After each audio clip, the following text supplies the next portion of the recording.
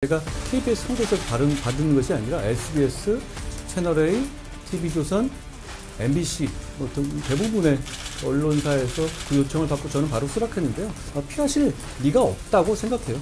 게다가 MBC에서조차 요청하고 있지 않습니까? 저는 이재명 대표가 원하는 시간에 제가 어디서 뭘 하고 있든 간에 하루 전에만 알려주시면 제가 그 시간을 맞추겠다는 말씀 드립니다. 이재명 대표가 그걸 피할 리가 있겠습니까?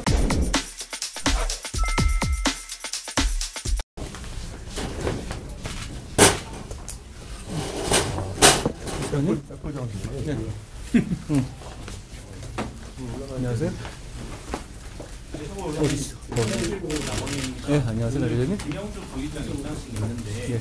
국민의힘하고 이념적으로 많이 다른 목소리를 내던 분이 별다른 변화 행보 없이 바로 영입되는 건 선거용 이합 집단일 수도 있지 않냐 비판 적이 될 수 있을 것 같은데 누가 비판하시죠? 그런 비판이 나올 수밖에 없지 않을까 싶은데 어떤 이념적 지향이 다를까요?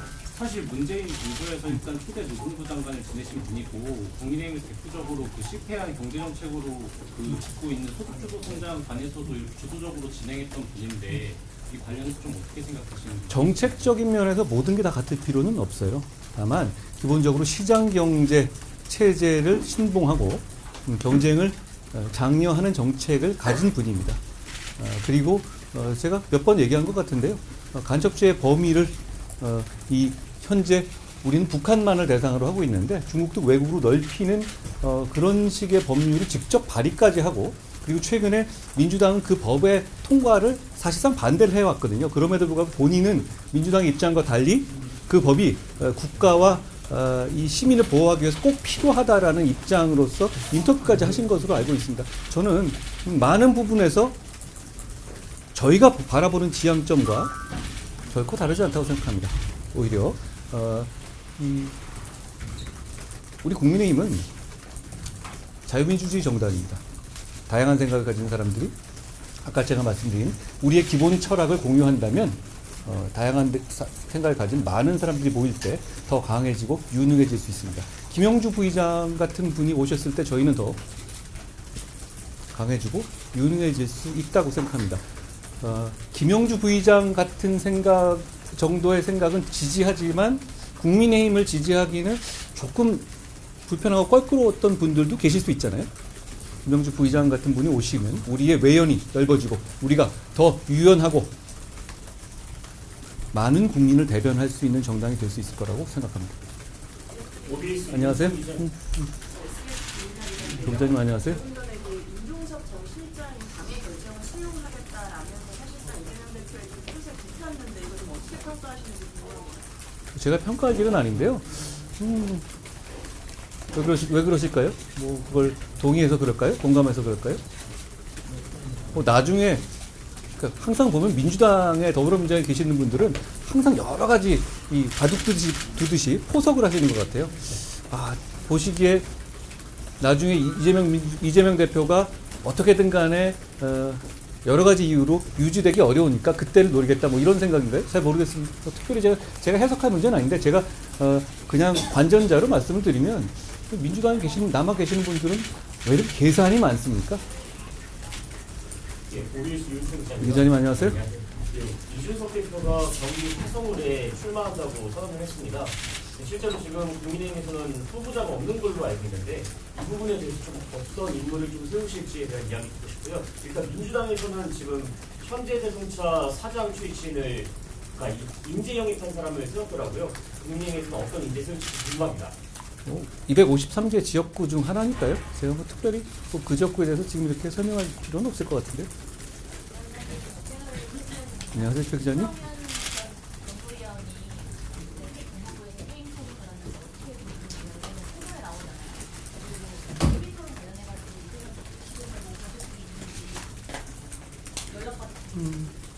저는 이 총선에는 여러 가지 정책, 특히 이 거대 정당 사이에서 어떤 차이가 있고 이슈에 대해서 어떤 입장이 있는지를 당대표들을 불러서 TV 토론을 생방송으로 장기간 하는 것이 언론이나 국민들이 많이 바라는 일이라고 생각합니다.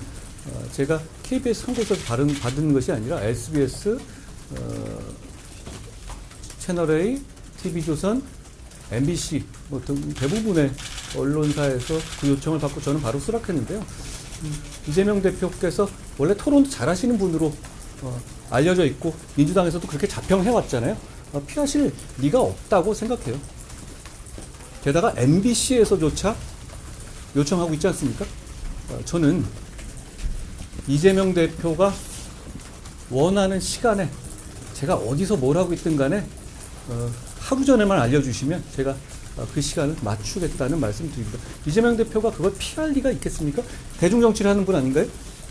그 이슈에 대해서 여러 가지 이슈에 대해서 제한 없이 토론하는 것이 국민들이 이번 총선에서 어떤 선택을 하시는데 좋은 어떤 이 판단 기준을 제공해 드릴 수 있을 것 같고 거기에 응하는 것이 1당, 2당 대표로서의 도리라고 생각합니다. 전 당연히 응하실 거라고 생각합니다. 그리고 아까 뭐라고 하셨어요? 제가 저번에도 말씀드렸다시피 지금 요새는 이제 이재명 대표나 이런 쪽에서 저 신년 회견에서 이재명 대표가 이렇게 얘기했죠. 진짜 뭐 청산해야 될 1번은 뭐 검사 독재라고요? 지금 공천 결과를 보시면 그게 얼마나 허망하고 말도 안 되는 프레임질이었는지를 보실 수 있을 것 같습니다. 엄격하게 공천하고 있는 것은 우리고 이재명 대표 측에서는 음악 좋네. 이재명 대표 측에서는 오히려 현직 고검장에서 그 신분을 유지하고 넘어온 그리고 징계까지 받은 사람을 뭐 띄워주고 있던데요. 게다가 뭐 검사 가산점 같은 것도 있다면서요. 우리는 그런 거 없습니다. 검사 독재 이재명 대표가 하고 싶은 것 같은데요. 안녕하세요, 박 기자님. 시간을 하는데 사무총장한테 그 얘기하셨어요. 오전에 지역구 공천에서 좀 부족하다고 판단됐던 부분, 여성이나 청년 이런 부분 보완에 관점 두겠다는 취지로 얘기했는데 이런 점은 여러분 어떻게 생각하십니까? 그 방향이 맞지 않습니까? 우리 국민의힘은 어떤 한 도그마를 가지고 공천을 진행하는 게 아니라 확고한 어떤 방향은 갖고 있지만 국민들께서 주시는 의견들을 그 과정에서 많이 귀 기울이고 그걸 반영하고자 하는 정당입니다.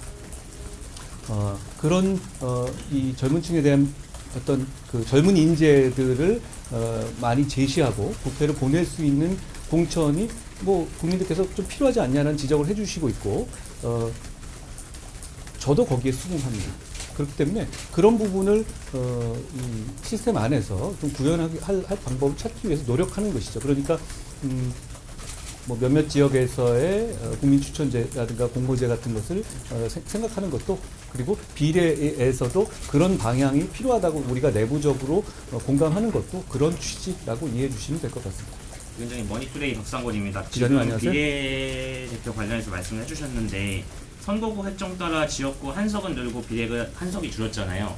원내 다양성을 챙기자는 취지에선 마이너스가 되는 게 아니냐 지적도 있는데 어떻게 보시는지 좀 궁금하거든요.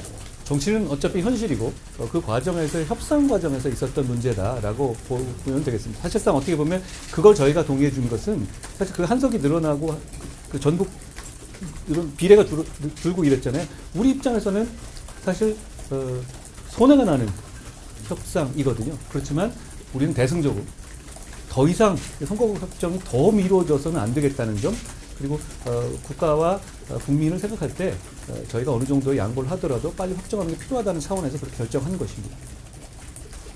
하고 싶은 걸 다 하고 면서 정치를 하면 국민들께 피해가 가죠. 위원장님, 파이낸셜뉴스 정용훈입니다. 안녕하세요, 기자님. 비례대표 AD에서 추가로 지금 신윤계 현역 불패들이 계속 이어지면서 비례대표 공천에서도 스펙트럼 넓힐 수 있냐는 우려가 좀 제기되고 있는데 이에 대해서는 신윤계 현역 불패라는 거는 어떤 의미인지 잘 모르겠는데요. 그런 식으로 사람들을 막 이 카테고리를 나누는 게 지금 큰 의미가 있는지 모르겠는데요. 현역에서 저희가 재공천되는 비율이 높아지는 것은 여러분 다 정치 베테랑이시니까 아시다시피 저희가 일단 현역으로 살아남았던 사람 숫자가 적고요. 그렇죠? 그리고 초선의 비중이 높아요. 그러면 여러 가지 그 메커니즘상으로 볼 때 현역들이 더 경쟁력을 갖거나 그리고 경선에서 이기기 좋은 구조죠. 예를 들어서 몇 선 넘어가면 근데 지역에서도 좀 바꿔야겠다는 생각을 하시고 이럴 수 있잖아요. 그런데 초선들 같은 경우는 안 그런 경우가 사실 더 많거든요. 우리만 그런 것이 아니라 그런 점들을 고려해 주시면 저희가 공정한 시스템 공천을 하고 있는 거다. 결과 다 그런 것이고 공정한 시스템 공천을 하고 있다는 얘기는 어떤 특정한 성격을 가진 사람들이 우대받고 있지 않다는 뜻이 되거든요. 그러니까 그 말은 좀 오해가 있다고 생각합니다. 그러니까 저는 이 당을 이끌면서 공천에 대해서 이렇게 생각합니다. 아주 개별적인 공천에 자주자주 뭐 시스템을 통해서 개입해서 그걸 나름대로 제 생각대로 바로잡는 방법도 있는데 그렇게 하는 경우에 또 그게 공천이라는 게 정답이 있는 게 아니기 때문에 그것보다는 시스템에 그대로 맡겨두고 끝까지 그 시스템을 유지하게 하는 것, 시스템이 다른 영향을 받지 않게 막아주는 것에 주력하는 것이 더 저는 장기적으로 국민들께서 평가할 만한 공천이 될 거다라는 확신을 갖고 있습니다. 지금도 그렇게 하고 있고 앞으로도 그렇게 할 겁니다. 비례 공천은 마찬가지입니다. 위원장님 5년부터 주식을 오늘 보면 1년 만에 민주당 사본이 바깥으로 안됐다고 하는데 평가는 안 하시겠어요? 저는 대단히 두려움과 책임감을 느낍니다. 그 말은 어제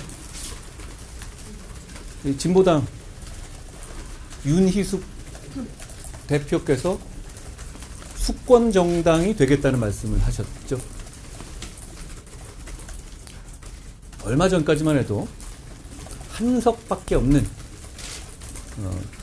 그 위헌정당, 통진당 후신인 진보당에서 그런 말을 한다면 그냥 레토릭이고 허세라고 다들 생각했을 겁니다.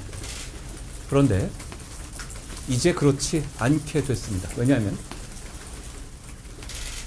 이재명 대표의 민주당을 숙주로 해서 실제로 그런 일이 있을 수 있게 됐거든요. 지금 상당히 많은 지역구에서 서로 간에 협상을 하면서 주거니 받거니 그리고 그렇게 하고 있지 않습니까? 이재명 대표는 위헌 종북 이석기 정당인 통진당의 후신인 진보당 등에게 전통의 민주당을 희화화시키고 망가뜨려서 숙주로 내주는 대가로 자기 자신의 형사 문제에서의 안위를 추구하고 자기 당권을 받는 음험한 거래를 하고 있습니다.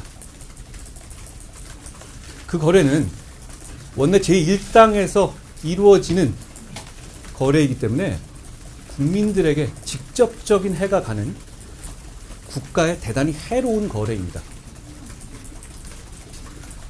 지금 이 시점에서 그 해로운 거래를 무산시키고 막을 수 있는 세력이 우리 국민의힘 뿐이기 때문에 국민들께서 어떤 절박함을 느끼시고 우리에게 꼭 이기라라는 책임감을 부여하고 있는 거라고 생각합니다. 저는 뭐 그런 수치 같은 것은 전혀 일희일비할 문제는 아니라고 생각하지만 국민들께서 저희를 지켜봐 주시면서 우리를 비판적으로 비판해 주시면서도 우리가 굉장히 부족함에도 불구하고 우리가 이겨야 한다라고 응원해 주시는 분들이 많다는 얘기는 전 대단히 두렵고